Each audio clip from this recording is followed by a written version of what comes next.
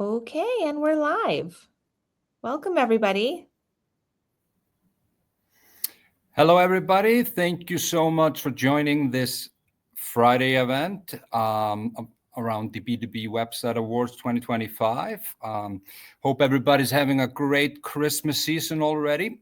And we are here in festive Reykjavik in Iceland, all Christmassy up and ready to announce the winners of the B2B Website Awards for 2025.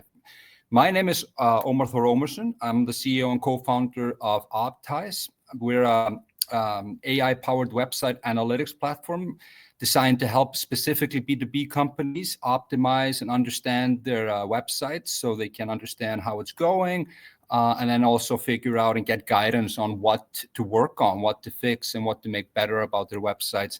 So it looks great, but at the same time is super effective at creating leads, getting discovered on Google. Now everybody's talking about ChatGPT and Gemini and the AI engines, social media, turning that traffic into great engaging visitors, and as well then converting those visitors into leads or revenue. So we're just B2B website geeks through and through. So this has been incredibly fun for us, this process. And we're here today to take you a little bit through the process of how we figured out what is the best website in the world in 2025 in the B2B world. And we also have a special category called Superhit Feature of the Year. And hey, everybody. Hey, Anthony. Hey, Michael. Great to see you guys.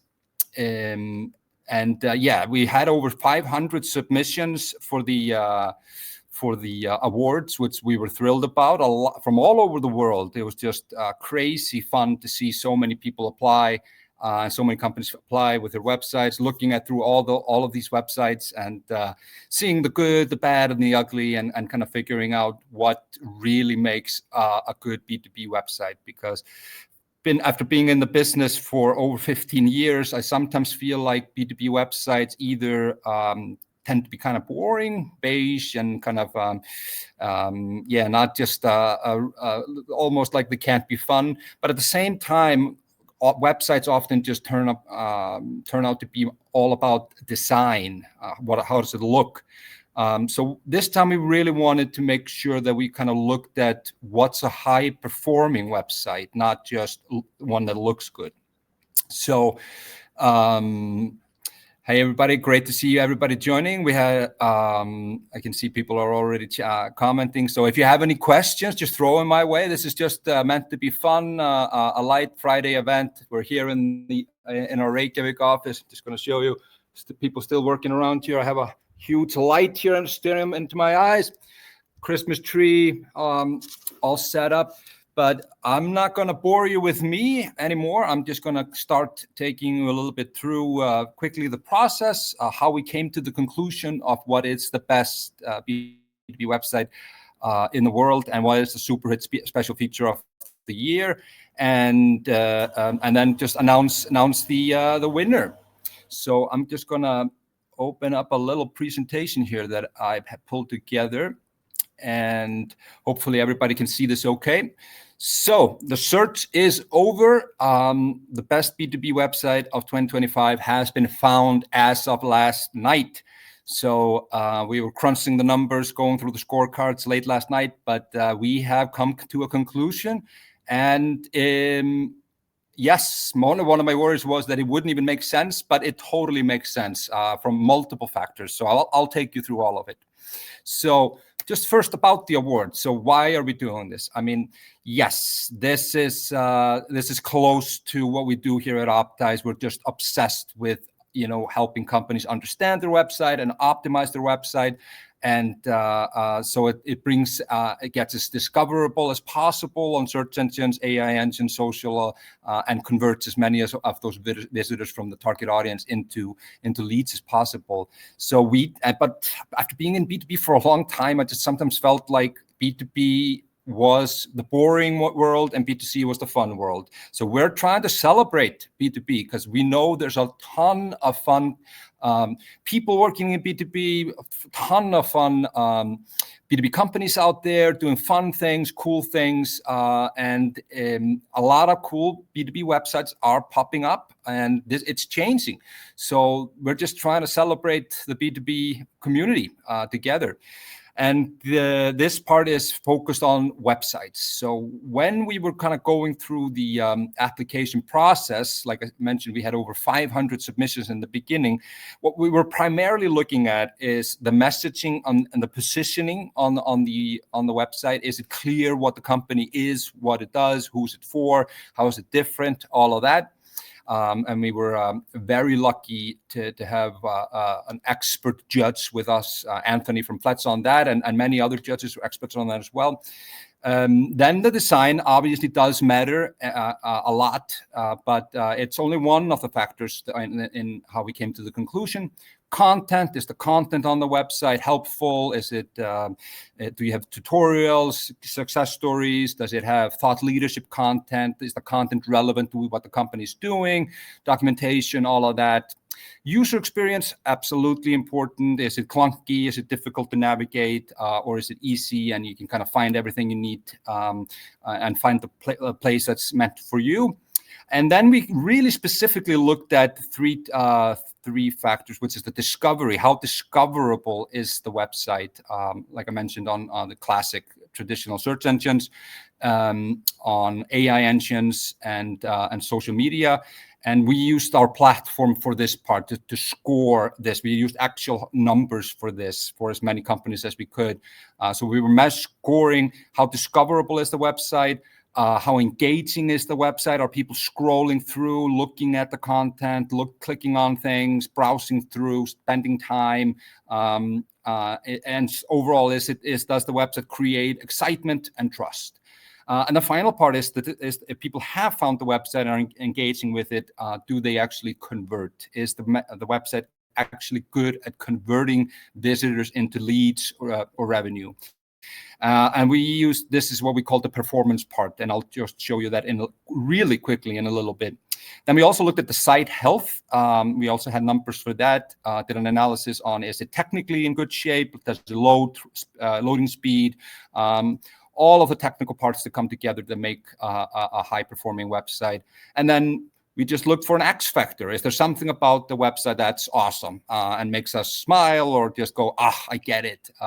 So that's the idea behind the criteria. These are the main criteria points that we had. See a lot of people joining. I'm really thrilled with the turnout here. Everybody, thank you so much for making time for this on a Friday afternoon, at least here in Iceland. We're at 3 o'clock. So before we move on, I just wanted to tell you about the prize, what is at stake here. For me, the number one here is unlimited bragging rights for 1 year. I will defend the company that is the winner with my life to be able to say that they are the best B2B website in the world. So they can call me anytime and I'll be there in a jiffy to help them defend that right for that statement. But we also have something like 1,000 credits from our friends at Lovable. If you haven't heard of Lovable, you can go to lovable.dev and try out. It's a really cool platform to creating prototypes or ripping up websites, and they have given 1,000 credits to the winner of the best B2B website. Also, we're giving away 6-month free subscription to our platform, Optimize AI Website Analytics, and that's so a lot at stake here for the winner of the best website this year, and we're gonna of course do this next year. So how did we come to the conclusion? It's been a long process, but it's been incredibly fun. And I don't know how many websites I've been looking at, but yeah, probably around 500. So we started with 500, and we got just a bunch of people that are in the B2B world with us that we know. This is all we think about is B2B websites and sales and marketing and product for B2B. So we got a bunch of people to help us kind of go through that initial submission list of 500 websites, and we shortlisted 100, which were kind of really standing out from those 500. And then we used our platform, Optimize, to actually score those 100 companies and their websites. And out of those, the initial scoring came 15 that kind of stood out. They had the highest scores.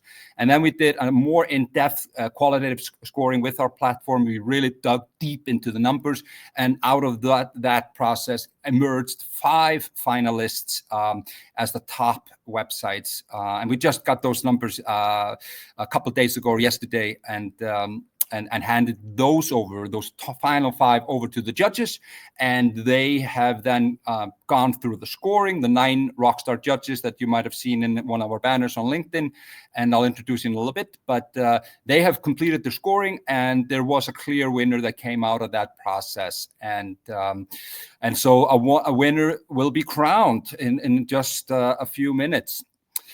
Before we head into the finalists, I just wanted to show you really quickly, so you know that this was done in the most of the robust ways. This was really like there was humans looking at it. There was a hardcore performance scoring behind this, and then there were 9 rockstar industry thought leaders, judges that went through the finalists. So I think it's pretty safe to say that I don't know if there's a better way to find what is the best website in the world. So I wanted to just quickly show you, this is our platform here, and these are the scores that we were using to kind of figure out what are the best ones out of the shortlist. So up here in the right-hand corner, you'll see the overall score for the website. This is actually our data. So our score at the moment is 63, which is kind of embarrassing for a website analytics company. You'd think we would be at 100, but it's incredibly tough to get to 100, and it should be. Next here, you'll see the discovery part. This is telling you how discoverable your website is on a range from 0 to 100 on Google, Bing, ChatGPT, Gemini, Perplexity, all of those engines, and social media. And then here in the middle is the engagement part. How engaging is the website? Do people like it? Do people scroll, spend time on it, click on things? Do they just overall engage with what is on the website? And then the final part is if they have found you, if they are engaging, if they actually do convert. So that's going pretty well for us at the moment. People are really signing up for our free trial, but the bottleneck in our journey right now is engagement. And that is, we just need way more content on our website. And but at least I know. And then here below it, you'll see the site health, which is the overall site health for our website, which is 86 out of 100. And behind each of these, this is the buyer's journey, essentially, for a website, like getting discovered, people engaging with the website, and then actually taking that action you want them to take. And behind each of these stages are a bunch of metrics which are behind the actual scoring number, how we calculate it. So you can see here, number of visitors. We had 5,400 visitors in the last month. And then here's if it's ranking on the AI engines, how many social media information, a bunch of metrics that you might be familiar with. And you can drill down into all of these. We go all the way to the all the way to the last deepest level. So if you can find out whatever you want to know about what's happening on your website. We also have here on the right-hand side suggested actions on how to improve this score for discovery, for instance. These are actions that are prioritized to help you improve this score. So we really actually looked at this. How many actions is our system suggesting for each of these websites about fixing it? This one here, AI engines, this is one that is very much a hot topic at the moment. So here you can see how you're comparing to other your competitors on these main AI engines. So a lot of data in the system behind each of these websites that applied. This was what we kind of used our own platform to score it. and I think that went incredibly well. It was just fun to see what kind of scores came out of the for each website. Some websites you would just have really high scores on discovery or engagement, but actually turned out were quite low. So even though a website looks awesome, sometimes under the hood it actually is not performing that well. And that's what I find very fascinating and important for anybody that is working in B2B. And as you know, for many B2B companies, it's the number one lead generator. So the website is incredibly important. On the flip side, sometimes you'd see a website, you're just like, doesn't really look that awesome. But when you look at the numbers, actually, it's really doing well. Doing incredibly well in terms of performance. I see that we have our first question from Anthony Pieri. Thank you, Anthony. He is asking, can you explain exactly what is covered under engagement? So I'm just going to flip back real quick into the platform here, and under engagement here, you'll see a metric called engagement rate. So this essentially is how engaging your website is, taking visitors that find you somewhere, and do they actually spend time on your website? What's the average session duration, screen pages, bounce rate? It's a bunch of metrics that are behind it, but essentially what it is trying to measure is if people actually like the website, if they trust it, and if they actually get excited by it, which is the premise for them to take the next step, take the action you want them to take, which is to click your buttons. You know, everybody wants their target audience to find their website, and then they want them to start engaging with the website, read about what they're offering, what problem they solve, what value they create, read about the company itself, what do they stand for. And the final part is you want them to actually take action. And usually that's like a free trial or contact us or demo request, and complete that final step. It's that three stages of the journey that we're super focused on. So we did a really hardcore kind of performance scoring on these websites before we handed them over to the judges. So moving on, these are the judges, our rockstar judges. I just want to thank one for the millionth time. Thank you so much, guys. For I know some of them are on this call, like Anthony, and thank you for participating in this with us. We got Elena Verna from Lovable, Anthony Pieri from Fletch PMM, Taz Bober from Scroll Lab, Leah Tarin from Leah's product team, Obed Durrani from Clay, Pavel Hurin from the Product Compass, David Costa Lima from the B2B Insiders, Atir Abdul Rauf from VFairs, and Pierre Herobel from Content Path. And we tried to look for people that had different types of expertise, and I think we did a really, really good job of getting them to join, and I'm so thankful for them taking time to participate in this with us and lift up the B2B community.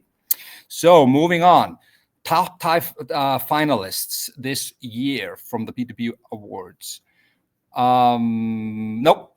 But first, some honorable mentions, because we had 15 that were really standing out. And I wanted to quickly give them a little bit of insight who those companies were. So here's the 10 that were honorable mentions and didn't make it to the final 5, but they were in the top 15. So we got BDoc, which is based out of Sweden. It's an e-clinical platform designing, running, and managing clinical trials.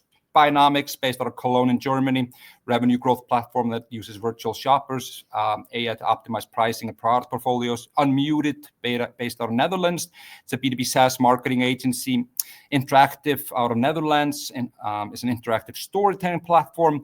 And Tixley, which is a Nordic ticketing and CRM platform for theaters and live event venues. So these made it to the top 15, but unfortunately didn't make it to the final 5. Here's the other honorable mentions, which are Banksware, which is based out of Germany, which is embedding a lending platform that lets B2B platforms offer fast business loans inside their products global SIS. Is based out of Brazil. It's a software house that builds custom technology integration and BI solutions for businesses. Aftra, which is based out of here in Iceland, actually. It's a really cool cyber resilience platform that helps companies understand and control their external attack surface.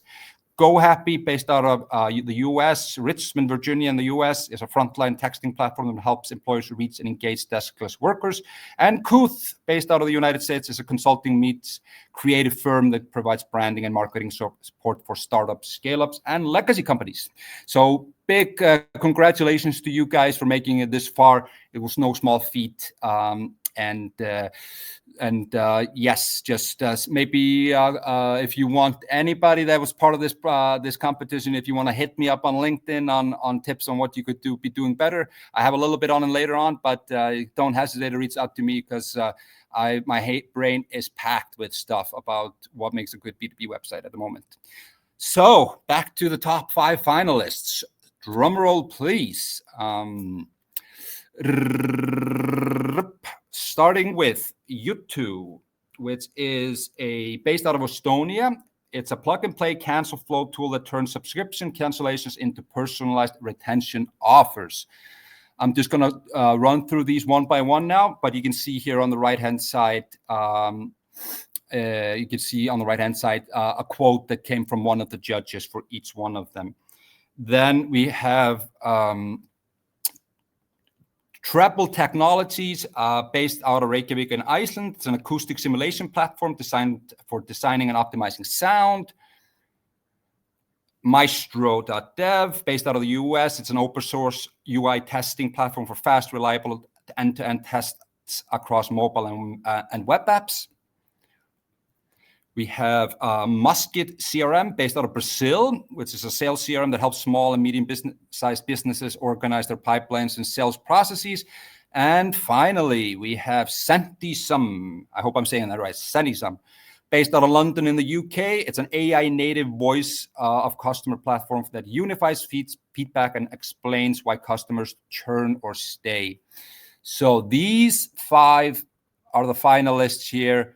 U2, Treble, Maestro, Musket, and Sentisum. These are the finalists that went to the judges, and I just got the scorecards yesterday. So I am just going to do it. I'm just going to announce the winner that went through all of this tedious process, 500 down to 100 that went through intense intelligence scoring using the Optimize platform, then was handed over to 9 judges and emerged as the clear winner. It was kind of, I would say the majority of the judges voted this one with the highest score, and they were giving scores from different categories as well. So this was clearly the winner. So without further ado, the winner of the B2B Website Awards 2025 Best B2B Website of the Year is Maestro.dev. So congratulations, Team Maestro, and congratulations all the other contenders. It was really closer for a while, but Maestro did stand out. It was just overall from design, from messaging, from the scoring, the numbers were incredible. So overall, it was it stood out as the winner. So everybody go to maestro.dev right now and check out their site and check out what they're doing well, because this website is just from all angles really just crushing it.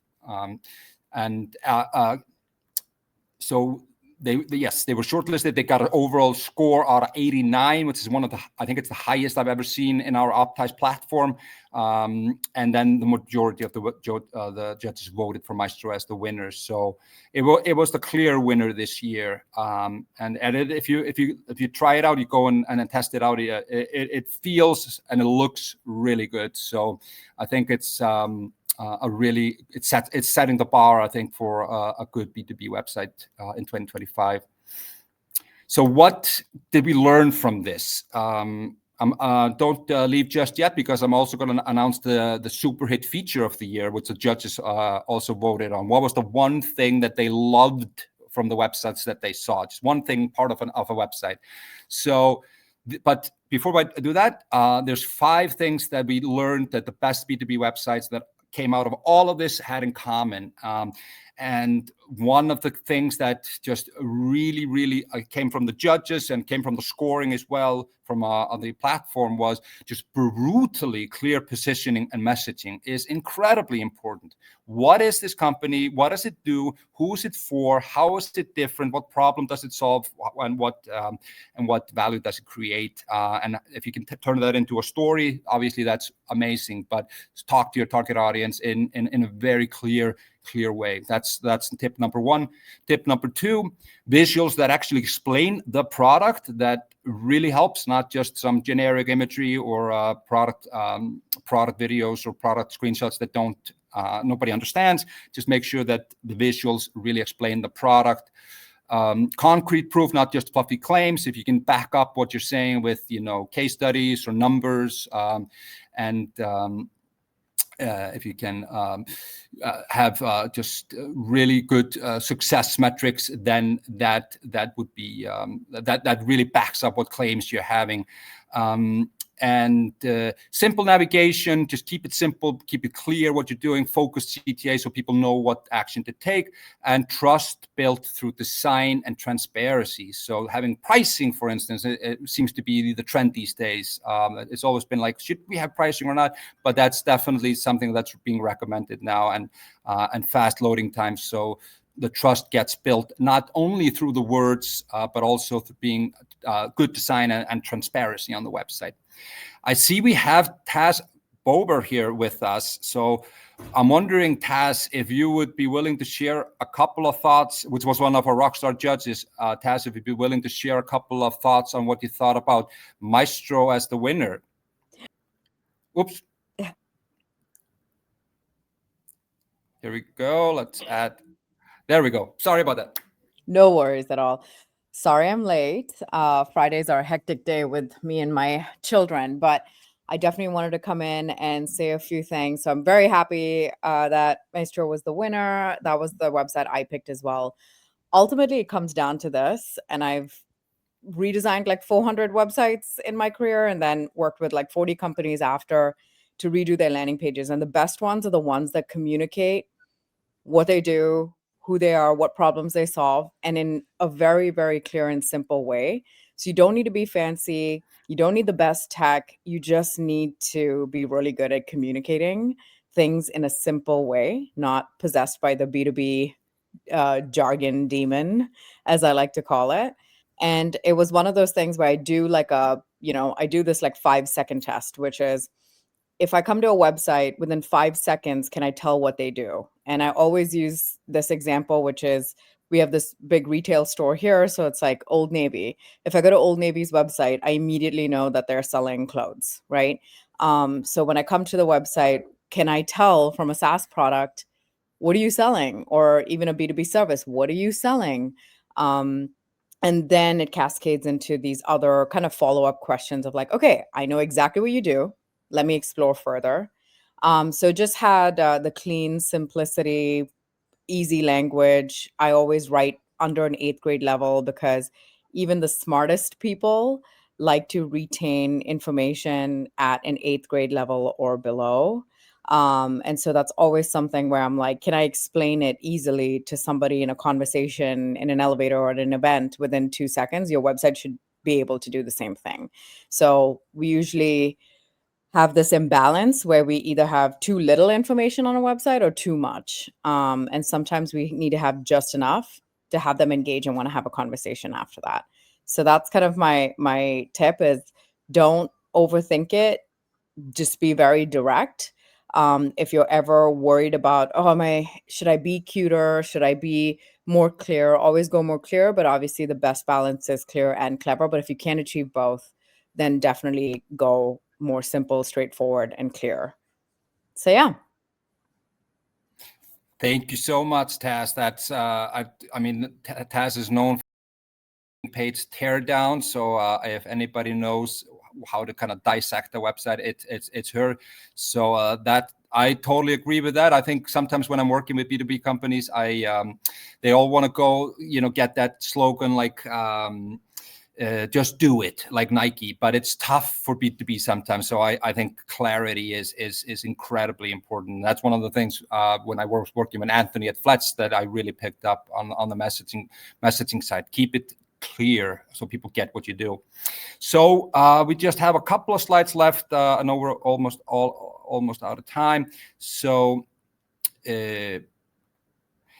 Superhit feature of the year. Just one thing that we all loved about a part of a website. So there were a lot of good candidates. There were a lot of good little Easter eggs or little lovely things that we could have picked. But there was one that I think 8 out of 9 judges voted as the number one Superhit feature of the year. And I just want to use this opportunity that we're actually, because we have learned so much for going through this process, we're about to launch something called B2B Superhits to our website, optimize.com. We're going to gather all this cool stuff onto this one page and have just best practices for different parts of a B2B website. So we're going to be picking the things that we really saw that were working and looked awesome and seemed to be really effective and putting them all on our Superhits page on optimize.com.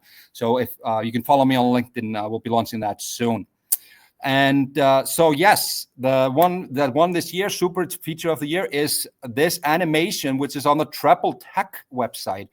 8 out of 9 judges voted this as the thing that they loved the most. And I'm just going to open up the website. I don't know if I can't do that actually. Can I? If I go here. You can see, I hope you can see this animation.